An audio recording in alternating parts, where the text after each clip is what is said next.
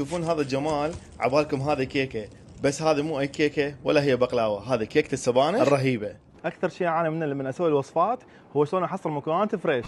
ولهذا السبب انا استعنيت بطلبات مارت، اغلب المكونات عندهم فريش، ونقدر نقول كل شيء تحتاجوه راح تلقوه موجود بطلبات مارت. نبدا الوصفه بزيت زيتون وزبده، ونضيف البصل ناعم، بعد راح نضيف السبانخ ونحركه شوي لحد ما تحمس عندنا. راح نضيف الملح وكزبره وشويه ثوم اذا تحبون. هنا انا مستعمل عجين بقلاوه جاهز، راح ادهن القالب مال تشيز كيك واخلي بيه طبقات مال عجين، بعدها راح ادهن واحده واحده بزيت او دهن مال حلويات، واخلي بالقالب لحد 4 طبقات او 5، واخليه بالفرن ياخذ نص استواء. مره ثانيه راح يطلع اخليه شوي جبن موزاريلا، واضيف عليها السبانخ اللي سويناها واسويها على شكل طبقات.